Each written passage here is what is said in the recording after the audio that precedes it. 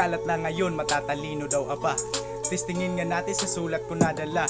Kabi-kabila, nakadikit-dikit pa kumbaga. Humahaba na liit, nakikikodig lang pala.